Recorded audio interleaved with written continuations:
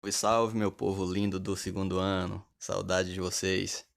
Mas estamos em casa por algo necessário, né? Essa quarentena é necessária para todos nós, para a integridade física nossa e de nossa família também. Mas logo, logo, com fé em Deus, tudo voltará à normalidade. Beleza, gente? Aqui quem vos fala é o professor Ellison, de Física. E vamos dar sequência aí ao vídeo 2 de conceitos iniciais de óptica geométrica. E também falar um pouquinho sobre reflexão da luz nesse vídeo, beleza? Já fiz um vídeo aí falando da cor de um corpo, dê uma conferida lá também. E vamos lá, vamos ao que interessa. Então, galera, nesse vídeo aqui vamos dar início falando um pouquinho sobre fontes de luz, né? As fontes de luz elas podem ser de dois tipos, primária e secundária. A fonte primária também é chamada de corpo luminoso, certo? E a fonte secundária, corpo iluminado. Eu coloquei duas fotos aí para vocês, e a primeira de um corpo luminoso, que é o Sol, e a segunda de um corpo iluminado, uma oncinha aí básica para a gente avaliar, beleza? Então, a fonte primária, ela emite luz e a secundária, ela reflete a luz, beleza? Então, corpo luminoso emite luz, corpo iluminado reflete a luz, beleza, gente? Vamos lá. Tipos de fonte de luz. Então, temos a fonte de luz pontual ou pontiforme, que é quando a distância entre a fonte e o objeto iluminado não são desprezíveis. Então, nesse caso, a gente tem como exemplo uma estrela no céu, né? Então, eu coloquei uma foto de várias estrelas, mas a gente pode citar apenas uma. Então, galera, se a gente tiver lá uma estrela lá no céu, a distância que separa esse ponto luminoso, né, da gente, do observador, aqui na Terra, é muito grande, ela é gigantesca. Então, essas distâncias não são desprezíveis. Então, essa fonte de luz é caracterizada como fonte de luz pontiforme, por conta da sua distância para o observador. Já uma fonte de luz extensa é quando a distância entre a fonte e o objeto iluminado são desprezíveis. Então, podemos observar aqui uma lâmpada fluorescente numa sala, né? E todos os móveis ou os objetos que estão nessa sala possuem uma distância desprezível em relação à fonte. Então, a gente considera essa fonte de luz como extensa. Beleza, gente? Vamos lá. Agora, meios de propagação da luz. De cara, eu já falo para vocês que são três meios de propagação: o transparente, o translúcido e o opaco, certo? Mas vamos falar um pouquinho do transparente. O transparente, galera, é aquele meio que permite a totalidade, a passagem da totalidade dos raios de luz. Exemplo aqui, você tem o corpo transparente, temos um observador do lado direito e um objeto do lado esquerdo, beleza? Como mostra a figura aí para vocês. Então perceba que esse objeto ele reflete a luz, então esses raios de luz saem do objeto, atravessam o corpo transparente e chegam até o observador, beleza? Perceba que no exemplo aqui tem três raios de luz saindo do objeto e esses três raios de luz chegam descrevendo a mesma trajetória até o observador. Beleza, gente? Isso porque o corpo ele não interfere na passagem desse raio de luz.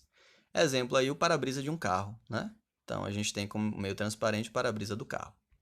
Agora, meio translúcido. O que é que está acontecendo aí, galera? A gente tem um meio, um corpo, e esse corpo ele é translúcido. Temos um objeto do lado esquerdo, observador do lado direito. Perceba que os raios de luz que chegam até o observador, eles estão descrevendo trajetórias aleatórias. Eles saem do objeto, entram ou passam por meio do corpo, e aí eles sofrem desvio, beleza? Esse desvio é chamado de refração. É um fenômeno que a gente ainda vai estudar. Tranquilo, galera? E o meio opaco, perceba que não há passagem de raio de luz. Então o raio de luz bate e volta. Agora, isso significa dizer que não tem reflexão? Foi até uma questão que a gente trabalhou, porque independente do meio ser opaco ou não, a gente está enxergando aquele meio. Então, se a gente enxerga o meio, a gente enxerga por conta da reflexão da luz. Então, não esqueçam disso, viu, gente? Muita gente, isso é uma pegadinha. Tem questões, a gente mesmo trabalhou uma questão que fala disso. Então, o meio opaco, ele não deixa passar o raio de luz, mas ele reflete a luz. Tranquilo? Então, não vamos errar questões desse tipo na prova, beleza? Falou! Vamos lá. Vamos falar um pouquinho sobre reflexão da luz agora. Olha só, gente. Existem dois tipos de reflexão da luz. A reflexão regular e a reflexão difusa. A reflexão regular, ela vai ocorrer quando temos uma superfície polida ou perfeitamente lisa, certo? Então perceba, a superfície onde incide a luz é perfeitamente lisa. Então, temos aqui um espelho, vamos imaginar que isso seja um espelho.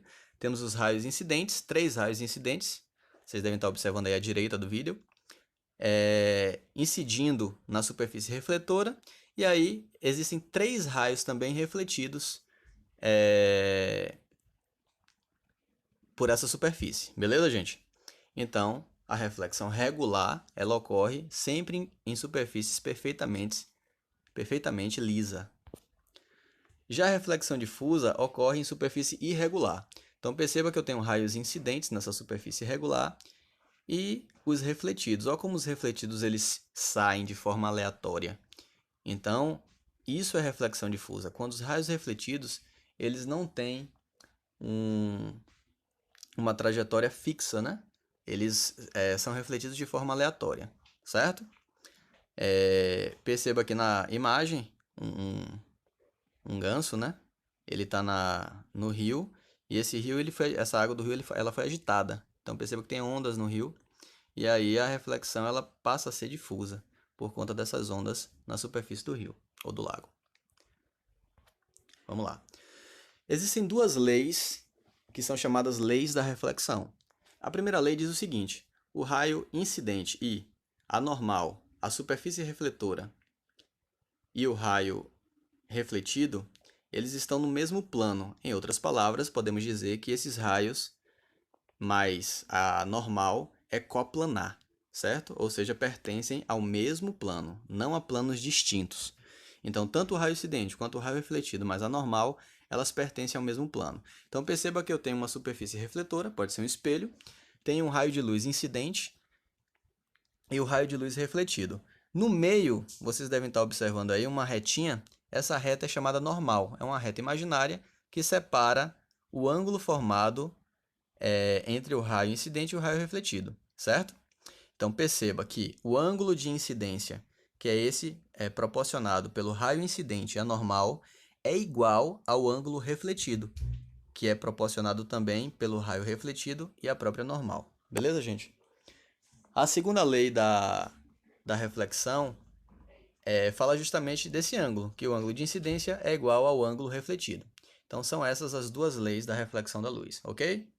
Falou, meu povo. Vamos continuar aí. Falar um pouquinho de espelhos planos.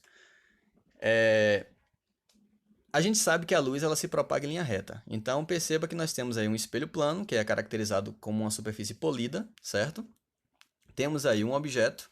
Desse objeto que está à esquerda, a gente tem 3 raios de luz sendo refletidos por ele, batendo na superfície refletora do espelho e sendo refletido, ok?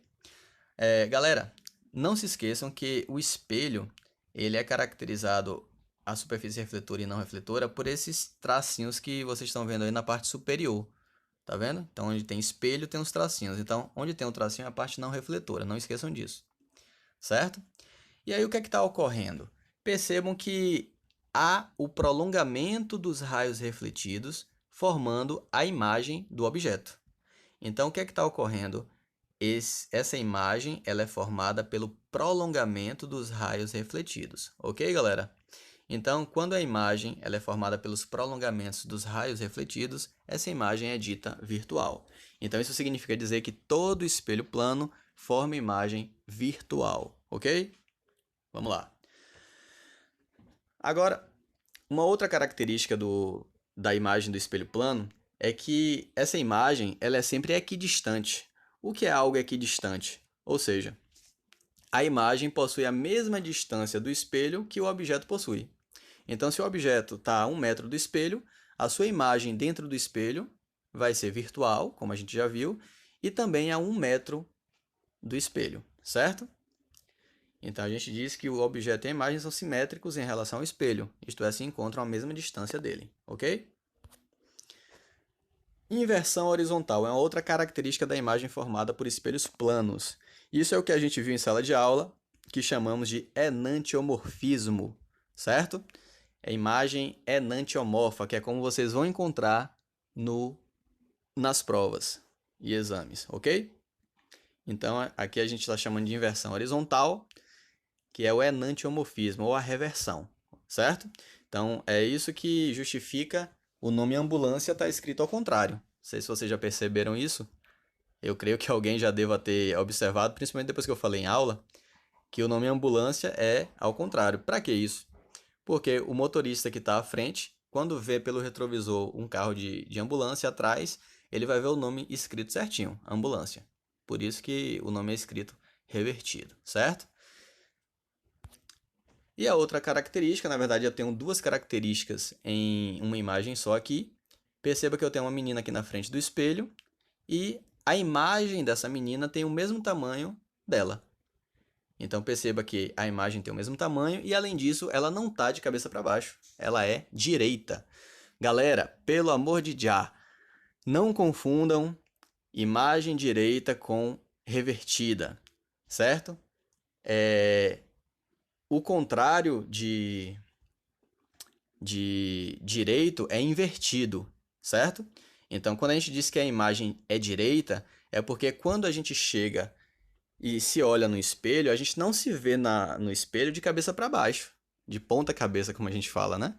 Então, nossa imagem ela tá direita. Então, eu não me vejo olhando para um espelho plano de ponta cabeça, invertido. Então, a imagem ela é direita e de mesmo tamanho, tranquilo? Então, vamos lá, repassando aí as características das imagens de um espelho plano. Vamos lá. Primeiro, imagem é virtual, ou seja, formada pelo prolongamento dos raios refletidos. Segundo, a imagem ela é simétrica ou equidistante, ou seja, a imagem tem a mesma distância para o espelho que o objeto possui, certo? A imagem também é enantiomorfa ou revertida, certo? É a chamada inversão horizontal, beleza? E ela tem o mesmo tamanho e é direita. Então, são 5 propriedades de imagem para os espelhos planos, certo? Beleza, galera? Então, isso foi o que eu queria passar para vocês nessa videoaula. Logo, logo eu deixo outra ou disponibilizo outras videoaulas para vocês, mas por hora é só. Um abraço a todos, fiquem com Deus e até a próxima. Tchau, tchau.